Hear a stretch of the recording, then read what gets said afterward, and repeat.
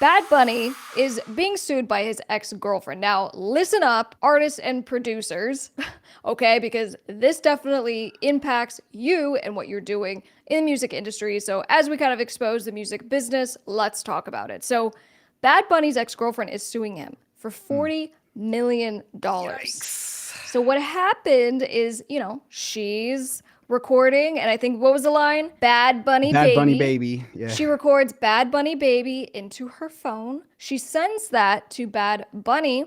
He ends up using it in two of his songs. Now, from what I'm reading, and according to the complaint, he had asked to actually sample, right, to license what she had sent to him for $2,000. She didn't agree, and he ended up using it anyway.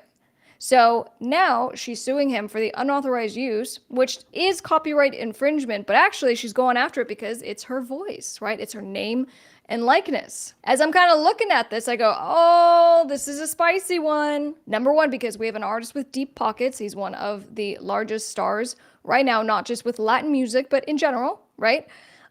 So he has pockets. We can get in there, we can get paid. And it sounds like he, in fact, did violate her publicity rights, potentially her copyright. So, what do you think? He asked her to go and do it. She went and did it. They went to her and they said, hey, we need. They tried on a couple different occasions. So like, I guess they started dating in 2011, and then eventually they ended in 2017 after some on again, off again stuff. Because Bad Bunny got signed, and then De La Cruz went to law school. So maybe that helped influence what she's doing as she's learning about loss and what I mean, like the Interesting. So, music De La business. Cruz, Carlis De La Cruz Hernandez, that's her full name. I guess I get it. Like, her voice is the first thing that you hear on a couple of songs that have gone insane. And it's going to be on the album. They know they needed to clear it. They didn't clear it and they did it anyway. When artists do that, they're just leaving themselves at such a risk. Yeah, they are. So, guys, under US copyright law, as soon as you put your creative expression, which might be something as simple as Bad Bunny Baby, into a tangible medium, which would be in this case recording it to your phone, you have copyright in that Hmm. audio file. So, the first layer of this is copyright infringement. Now, I understand that the actual lawsuit is in Puerto Rico, so they have different laws. But for those of you in the US, it's important that even if you get something simple as a recording on a phone, you have to get something in writing saying you own it, you have the right to use it in your song. But then there's an additional layer, which we're learning through this case. There are publicity rights attached to someone's voice and likeness. And so that's the basis of her complaint.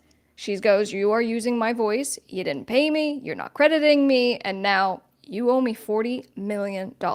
Yeah, no. So I mean, that's just a lesson learned for everybody out there. That if you're a producer, and because I mean, this is something that we tend to do all the time. Just hey, come over here real quick. I just need you to say something. I need a girl's voice on here. I need you to do something, and then it becomes a smash. And then she's just like, "Yo, I made something.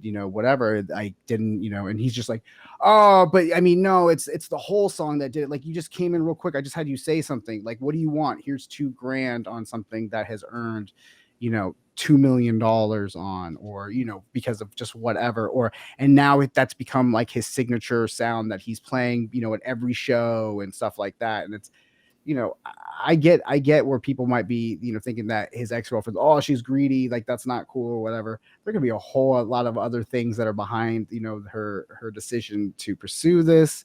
A and now that she's learning the law, she's learning the rights. I don't know. That could be the case. All right, so we'll be following this one. Don't take your girlfriend's vocal recording and use it without authorization.